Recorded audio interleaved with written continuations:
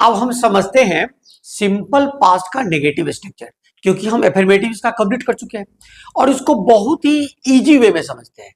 क्योंकि अभी अगर आप इसको अगर 10 मिनट ध्यान से देखेंगे तो डेफिनेटली आपको लगेगा कि सिंपल पास्ट का नेगेटिव स्ट्रक्चर समझने में कोई परेशानी ही नहीं है। तो सबसे पहले हम ये देखते हैं कि सिंपल पास्ट का नेगेटिव स्ट्रक्चर क्या होता है, उसके बाद हम उसको पूरा क्लियर करेंगे कुछ एग्जाम्पल के द्वारा। तो ये जो है ये है नेगेटिव स्ट्रक्चर्स। हम लिखते हैं पहले किसका, सिंपल पास्ट का। इसका स्ट्रक्चर होता है subject plus did plus note plus बाद होगा V1 प्लस ऑब्जेक्ट या कॉम्प्लीमेंट। इस चीज को ध्यान में रखना है। यानी सिंपल पास्ट का जो स्ट्रक्चर है वो होता, पहले हम सब्जेक्ट लगाएंगे, फिर डिड, फिर नोट और फिर ये V1 ऑब्जेक्ट कॉम्प्लीमेंट। क्योंकि हमें सिंपल पास्ट का नेगेटिव स्ट्रक्चर लिखना है और हम नेगेटिव स्ट्रक्चर के बारे में पढ़ेंगे, तो इसीलिए इसमें डिड लगा के हमें नोट लगाना है। इस चीज को ध्यान रखना है। और जब भी डिड लगेगा उसके बाद नोट के बाद आपको V1 लगाना है, चाहे कोई भी सब्जेक्ट हो या कोई भी सब्जेक्ट का नंबर हो। तो इस चीज को आपको ध्यान रखना है। तो अब हम स्ट्रक्चर को तो देख लिए कि क्या है स्ट्रक्चर। अब हम इस स्ट्रक्चर के सारे कुछ एग्जाम्पल बनाते हैं ताकि आपका जो भी थोड़ा बहुत डाउट है वो पूरा क्लियर हो जाए। तो चलिए अब हम कुछ एग्जाम्पल बनाते हैं। तो पहला जो एग्जाम्पल है, मैंने भात नहीं खाया, तो स्वाभाविक है कि इसका सब्जेक्ट क्या हो जाएगा, आई, और मैंने नहीं खाया तो आई डिड नोट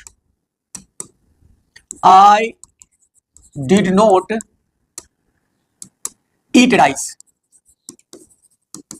मैंने भात नहीं खाया, इसमें आई हो गया सब्जेक्ट, डिड और नोट ये आपको लगाना है। क्यों? क्योंकि मतलब कि क्या कहते हैं, नेगेटिव हम सेंटेंस बना रहे हैं, इसके बाद ईट और इसके बाद राइस। तो डेफिनेटली हम क्या लिखेंगे इसका sentence, I did note eat rice, या इसको कॉन्ट्रैक्शन फॉर्म में आप ये भी कर सकते हैं, आई डिडंट ईट राइस। अगर शॉर्ट फॉर्म में लिखेंगे तो डिडंट, और अगर हम अलग अलग लिखेंगे दोनों को तो डिड नोट। इसको ध्यान में रखना आपको।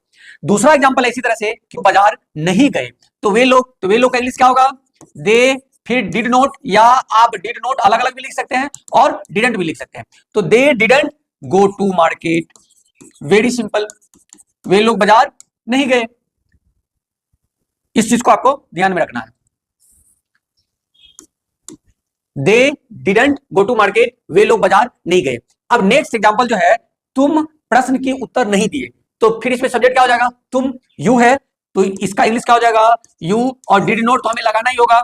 डिडंट आंसर का मतलब हुआ उत्तर देना, आंसर द क्वेश्चन। इसका मतलब क्या हो गया कि तुम प्रश्न का उत्तर नहीं दिए। तो आपने एक चीज देखा होगा कि पहले हम सब्जेक्ट लगाए हैं, फिर डिड, फिर नोट, यहां तक तो कंपलसरी है। क्यों? क्योंकि हमें नेगेटिव सेंटेंस बनाना है किसका, सिंपल पास्ट का। तो पहले सब्जेक्ट लगाएंगे, फिर डिड, उसके बाद नोट, उसके बाद V1 और उसके बाद अदर वर्ड्स का इस्तेमाल करेंगे, जो या तो ऑब्जेक्ट हो सकता है नहीं तो कॉम्प्लीमेंट हो सकता है। तो अब तो आपको यहां तक कोई दिक्कत नहीं आनी चाहिए। चलो अब जो है ना कुछ और एग्जांपल्स इसको हम क्लियर करते हैं। यानी एक चीज आपको दिमाग में लेके चलना है कि इसको, यानी वे लोग बाजार नहीं गए, वे लोग गाना नहीं गाए, मैंने भात नहीं खाया, यानी बस सिंपल पास्ट में जो है सिर्फ नोट डिड लगा के नोट लगा देंगे, मैंने खाया और ये हो गया मैंने नहीं खाया, बस इतनी सी अंतर है। मैंने खाया का इंग्लिश होगा आई एड, मैंने नहीं खाया वो क्या हो जाएगा, आई डिडंट ईट, और उसमें हम राइस लगा देंगे तो आई डिडंट ईट राइस, मैंने भात नहीं खाया। बस इस तरह से नेगेटिव बनाना है। क्यों? क्योंकि जब हम स्पीकिंग करेंगे तो हमें affirmative, negative, interrogative, WH different kinds of sentences का इस्तेमाल करना होता है। इसीलिए हमें इस चीज को समझना है। उसके बाद हम स्पीकिंग का भी प्रैक्टिस करेंगे। हम कुछ और एग्जाम्पल देखते हैं सिंपल पास्ट का जो नेगेटिव सेंटेंस है उसको कुछ और एग्जाम्पल देखते हैं। अगर हम ये कहते हैं कि हम लोग स्टेज पर नहीं नाचे, तो इसका इंग्लिश क्या हो जाएगा कि we did not dance on the stage. Simple, क्योंकि हम लोग स्टेज पे नहीं नाचे, तो सब्जेक्ट हो गया वी, डिड नॉट लगाना ही है, डांस ऑन द स्टेज हो गया। तुम क्लास में क्वेश्चंस का आंसर नहीं दिए, फिर नेगेटिव है, फिर इसका इंग्लिश क्या हो जाएगा, तुम क्लास में क्वेश्चन का आंसर नहीं दिए, तो डेफिनेटली सब्जेक्ट यहां पर क्या है, यू है, तो हम सिंपली लिखेंगे you did not answer the question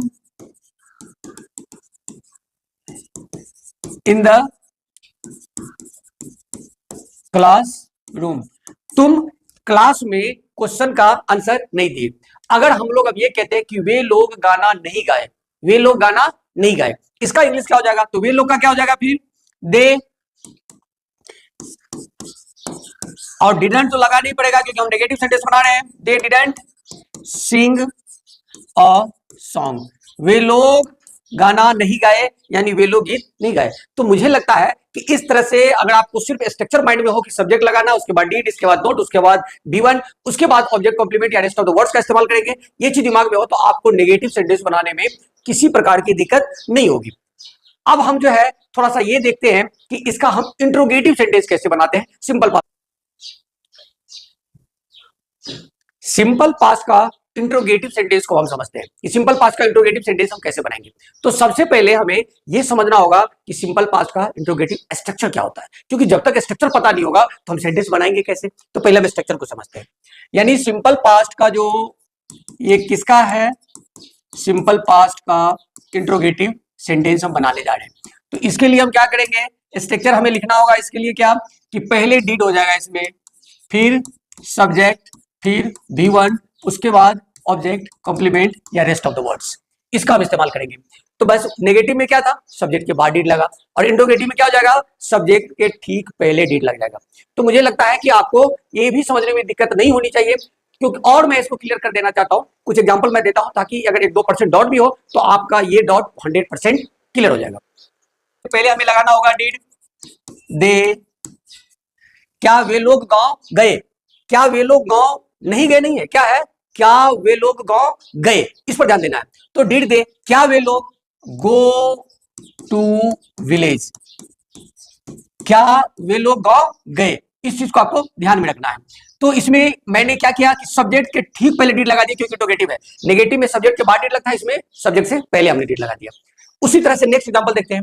दूसरा एग्जांपल जो है वो है, क्या तुम सुबह में स्नान किए। एक चीज आपको ध्यान रखना होगा, स्नान करना का कभी कभी लोग क्या कर देते हैं, टेक लगा देते हैं, लेकिन आप लोग ये कोशिश कीजिए कि हैव लगाइए। टेक से बहुत ही बेटर हैव होता है। तो हम यहाँ पर हैव का इस्तेमाल करेंगे। क्या तुम, तो क्या हो जाएगा, did you have bath in the morning, यानी इसका मतलब हो गया कि क्या तुम सुबह में स्नान किए। तो डेफिनेटली ये इंट्रोगेटिव है, इसीलिए पहले हम डिड लगाए, उसके बाद क्या किए, हमने यू सब्जेक्ट को रखा, क्योंकि उसके बाद हैव, उसके बाद बात, यहां पर ये नॉन है, इन द मॉर्निंग। तो आपको इस चीज को ध्यान में रखना होगा। तो इंट्रोगेटिव सेंटेंस समझने में आपको किसी प्रकार की दिक्कत नहीं आएगी। एक और एग्जांपल है इसका, देखते हैं ये क्या है। ये जो है, क्या रानी पत्र लिखी, तो फिर हम डिड से चालू करेंगे क्योंकि इंट्रोगेटिव है। तो did Rani write a letter, इसका मतलब क्या हो गया कि क्या रानी पत्र लिखी। तो आपने ये देख लिया होगा कि बस जब सब्जेक्ट के पीछे डीड लगा कर करके हम नोट लगाएंगे तो नेगेटिव बन जाता है, और सब्जेक्ट के आगे हम डीड लगा दिए और बाकी चीज फिर वही सब्जेक्ट, फिर वही B1, फिर ऑब्जेक्ट कॉम्प्लीमेंट, तो क्या बन गया, इंट्रोगेटिव बन गया। तो मुझे लगता है कि अब आपको कोई यहां दिक्कत नहीं होनी चाहिए। लेकिन चलिए 1-2 एग्जांपल्स हम और देख लेते हैं।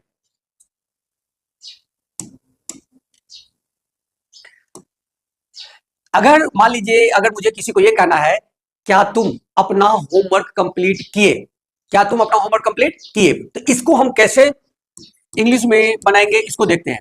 तो डेफिनेटली क्या है, तो हम क्या करेंगे, डीड से चालू करेंगे। Did you complete your homework, did you complete your homework, क्या तुम अपना होमवर्क कंप्लीट किए। Very simple.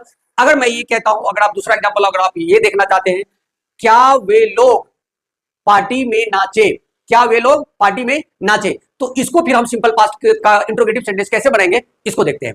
तो क्या वे लोग, तो डेफिनेटली फिर हम क्या करेंगे, डिड और दे लगाएंगे। वे लोग का इंग्लिश क्या होगा, वे लोग डिड दे डांस, नाचना, और कहा, इन द पार्टी, क्या वे लोग पार्टी में नाचे। अगर मान लीजिए कि अगर इसके बाद हमें एक एग्जांपल और देना हो कि क्या तुम सारे प्रश्न के उत्तर दिए, किसी कि क्या तुम सारे प्रश्न के उत्तर दिए, तो इसको इंग्लिश में कैसे कहेंगे, इसको समझते हैं। इसका इंग्लिश होगा क्या तुम, तो फिर डिड लगा करके तुम का क्या लिखेंगे, you did you answer all the questions, did you answer all the question, सारे प्रश्न है इसलिए हम क्वेश्चंस लिखेंगे, क्वेश्चन नहीं होगा।